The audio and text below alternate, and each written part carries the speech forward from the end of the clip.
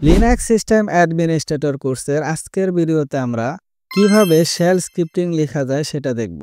গত ভিডিওতে আমি শেল স্ক্রিপ্টিং কি এটা নিয়ে আলোচনা করেছি এবং এর প্রয়োজনীয়তা নিয়েও আলোচনা করেছি। তো আমরা স্ক্রিপ্টিং লেখার আগে আমরা জানি যে শেল স্ক্রিপ্টিং এর এক্সটেনশন কি হবে।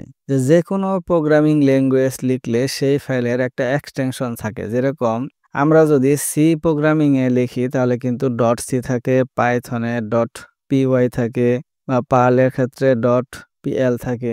এরকম আমরা যদি ব্যাশ স্ক্রিপ্ট লিখি, এটা একটা প্রোগ্রামিং ল্যাঙ্গুয়েজ হিসেবেই ধরে, তাহলে এর এক্সটেনশন থাকবে হচ্ছে .sh বা .bash। যেরকম আমরা যদি একটা স্ক্রিপ্ট লিখি তারপরে .sh থাকবে বা .bash থাকবে, ঠিক আছে? তো এখন আমরা স্ক্রিপ্টিং লেখার জন্য আমরা অপারেটিং সিস্টেমে চলে যাই। এখান থেকে ভার্চুয়াল মেশিন থেকে আমরা CentOS অপারেটিং সিস্টেম ওপেন করলাম। আপনারা চাইলে red hat Linux operating system নিতে পারেন, সমস্যা নেই। প্রথমে যে কাজটা করব যে আমরা একটা ডিরেক্টরি পাথ তৈরি করব বোঝার সুবিধার্থে। আমরা জানি mkdir -p। এখানে লিনাক্সের যেহেতু আজকে 18 দিন, সুতরাং 18 ইন্টু স্ক্রিপ্টিং, এখানে স্ল্যাশটা তুলে দিতে হবে। এখন এন্টার দিই। এখন এই পাথে আমরা প্রবেশ করব cd linux 18 স্ক্রিপ্টিং। এখন এন্টার দেই। আমরা এখন স্ক্রিপ্টিং এ ঢুকে গেছি। এখন যে কাজ করব সেটা হচ্ছে আমরা vim এডিটর দিয়ে এই myscript1.sh এই একটা ফাইল নিব, সেই ফাইলটা ওপেন করব, ঠিক আছে? এই ফাইলটা ক্রিয়েট হবে এবং ওপেন হবে একসাথে, দুই কাজ। তো এখানে আমরা লিখে ফেলবো vim myscript, এখানে শেল স্ক্রিপ্টিং এর এক্সটেনশন হচ্ছে sh, ঠিক আছে? এখন এন্টার দিব। এখন যে কাজগুলো আমি করতে চাই এখন আমি একটার পর একটা লিখব, ঠিক আছে? তো আজকে যেহেতু আমরা শুধুমাত্র লেখা শিখতেছি যে কিভাবে শেল স্ক্রিপ্টিং করা যায়, আজকে সাধারণ একটা লাইন লিখব। ধরেন এই লাইনটাই আমি কপি করে নিয়ে যাই, তারপর আমি বোঝাচ্ছি যে এই লাইন দিয়ে কি হচ্ছে। এখান থেকে পেস্ট করে দিলাম। দেখেন এখানে প্রথম যে লাইনটা সেটা কিন্তু আমার হ্যাশ দেওয়া আছে, দ্বিতীয় লাইনেও হ্যাশ দেওয়া আছে, তৃতীয় লাইনেও হ্যাশ দেওয়া আছে। যদি আমরা হ্যাশ ইউজ করি তাহলে কিন্তু এই লাইনগুলো এক্সিকিউট হয় না। এরকম বিভিন্ন ওয়েব প্রোগ্রামিং এর ক্ষেত্রেও কিন্তু এগুলো আমরা দেখতে পাই যে কিছু লাইন আছে যেগুলো এক্সিকিউট হয় না, কিন্তু এগুলো নোট হিসাবে থাকে, ঠিক আছে? তো এই লাইনগুলো কিন্তু হ্যাশ নেই, এগুলো কিন্তু এক্সিকিউট হবে। তো এই লাইনের প্রথমে দেখেন কি বলা আছে যে ইকো। ইকো দিয়ে আমরা কি করি যে কোনো একটা লেখাকে আমরা মনিটরে ডিসপ্লে করি। এখানে ডেট দেওয়া আছে, ডেট দিয়ে তো আমরা আজকে কি ডেট সেটা জানি। পিডব্লিউ দিয়ে লোকেশন দেখি হোয়াম। এখানে আপনারা ইচ্ছা করলে আজকে যেহেতু ট্রেনিং, মানে আজকে যেহেতু আমরা শিখতেছি যে কিভাবে লেখা যায়, এখান থেকে আমি এটা তুলে দিয়ে আপনারা যে কোনো কিছু টেস্ট করতে পারেন। আমি জাস্ট আজকে কিভাবে লেখা যায় সেটাই কিন্তু দেখাচ্ছি। হিস্টোরি, এখানে দেখেন কালারও কিন্তু চেঞ্জ হয়ে যাচ্ছে। এখন আমাদের কাজ হচ্ছে আপাতত এইটুকুই থাকুক। এখন আমাদের কাজ হচ্ছে আমরা সেভ করে দিব। সেভ করার জন্য :x। এখন এন্টার দিব। আমার এখানে সেভ হয়ে গেল। এখন যে কাজটা করব সেটা হচ্ছে আমরা ফাইলে পারমিশন দিব, কারণ আমরা জানি লিনাক্সের টেক্সট ফাইল সমূহে কোনো এক্সিকিউট পারমিশন থাকে না। যেহেতু আমরা এখানে কিন্তু vim এডিটর দিয়ে কিন্তু এই টেক্সট ফাইল ওপেন করছি, ঠিক আছে? এটার কিন্তু প্রথমে এক্সিকিউটের পারমিশন থাকে না। এখানে যদি আমি ll কমান্ড দেই তাহলে আপনারা দেখতে পারবেন।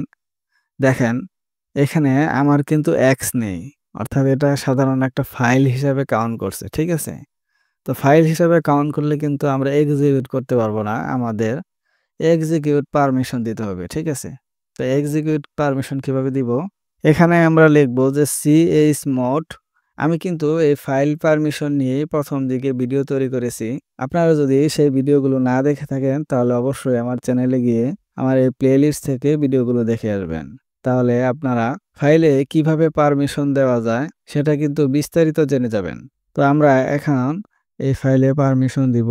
এখান থেকে আমরা এখানে লিখব chmod, এখানে পারমিশন দিয়ে দিব ইউজার, এখানে +x।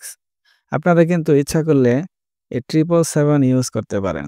এই 777 মানে কি, যে ইউজারের জন্য ফুল অ্যাক্সেস, গ্রুপের জন্য ফুল অ্যাক্সেস, অন্য ইউজারের জন্য ফুল অ্যাক্সেস, আদার্স, ঠিক আছে? তো এগুলো নিয়ে আমি আলোচনা করেছি।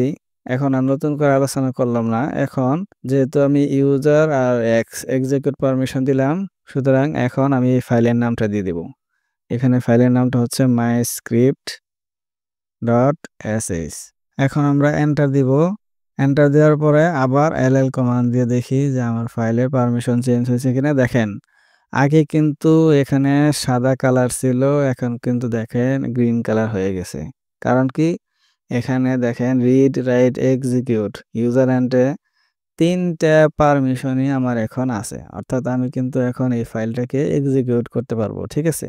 এখানে দেখেন যে স্ক্রিপ্ট আমরা ২ ভাবে এক্সিকিউট করতে পারবো। একটা হচ্ছে পাথের ভেরিয়েবল ব্যবহার করে, আরেকটা হচ্ছে sh বা ব্যাশ কমান্ড দিয়ে। ঠিক আছে? তো আমরা ২ ভাবে দেখব। তো প্রথমে এটা sh কমান্ড দিয়ে দেই। প্রথমে আমরা এইখানে লিখি, এখানে ডট স্ল্যাশ এখানে ফাইলের নাম দিয়ে দিব myscript.sh। এখন এন্টার দেই। দেখেন এখানে আমরা ভিএম এডিটর দিয়ে যা লিখেছি এখানে কিন্তু তাই আসছে। ঠিক আছে? দেখেন এখানে আমাদের ওয়েলকাম টু ব্যাশ স্ক্রিপ্ট, এখানে আমরা ডেট লিখেছিলাম সেই ডেটটা আসছে। ঠিক আছে? আর হিস্টোরি লিখেছিলাম এই হিস্টোরিটা আসছে। আবার ভিএম এডিটর দিয়ে একটু আবার myscript.sh এখানে একটু ঢুকে আমি এখানে প্রেস করে ইনসার্টে গিয়ে এখানে হিস্টোরি তুলে দেই। হিস্টোরি তুলে দেওয়ার বদলে এখানে আমি অন্য কোনো কমান্ড ব্যবহার করি। ঠিক আছে? ধরেন এখানে আমি অন্য একটা কমান্ড ব্যবহার করি, যেরকম if config দিয়ে কি করে আইপি জানা যায়। ঠিক আছে? তো এখন এটা আমি কন্ট্রোল X দিয়ে সেভ করে দিব। ঠিক আছে? এখন যদি আমি দেখেন আবার এই কমান্ডটা এপ্লাই করি, দেখেন আমার কিন্তু ওয়েলকাম টু ব্যাশ স্ক্রিপ্ট এটাও চলে আসছে। এটাতে আমরা হ্যাশ দিয়ে করেছি, এটা আসবেই। আর দেখেন এখানে একটা জিনিস যে আমার কিন্তু আইপি অ্যাড্রেসও চলে আসছে। কারণ হচ্ছে আমি কিন্তু আইপি অ্যাড্রেসের কমান্ড দিয়েছি। ঠিক আছে? তো এই কাজগুলো কিন্তু আমরা যদি ম্যানুয়ালি করতে চাইতাম তাহলে কিন্তু একটা করে লিখতে হতো। আগে হুইচ লিখতে হতো, এটা জানলাম। এরপরে ইফ কনফিগ এটা লিখতে হতো। ঠিক আছে? এখন কিন্তু আমরা ওই একটা ফাইলেই লিখার মাধ্যমে আমরা কিন্তু একসাথে কাজগুলো করতে পারছি। এরকমভাবে যদি আমরা প্রোগ্রামিং এর মতো কোনো স্পেসিফিক কাজের উদ্দেশ্যে যদি আমরা স্ক্রিপ্টিং করি, তাহলে কিন্তু আমাদের অনেক বড় কাজ ছোট হয়ে যাবে। অর্থাৎ অটোমেশন হয়ে যাবে। ঠিক আছে? আমরা আস্তে বিভিন্ন ধরনের স্ক্রিপ্টিং শিখব। লিনাক্স সিস্টেম অ্যাডমিনের প্রায় সকল কাজই কিন্তু এই স্ক্রিপ্টিং করার মাধ্যমে আপনারা অটোমেশন করতে পারবেন। ঠিক আছে? তো আজকের মতো এই পর্যন্তই। ভিডিওটি ভালো লাগলে অবশ্যই লাইক এবং কমেন্টস করতে ভুলবেন না, এবং স্ক্রিপ্টিং নিয়ে যদি আপনি আরও ভিডিও পেতে চান তাহলে চ্যানেলটি সাবস্ক্রাইব করে রাখুন এবং বেল আইকনে প্রেস করে রাখুন। আসসালামু আলাইকুম।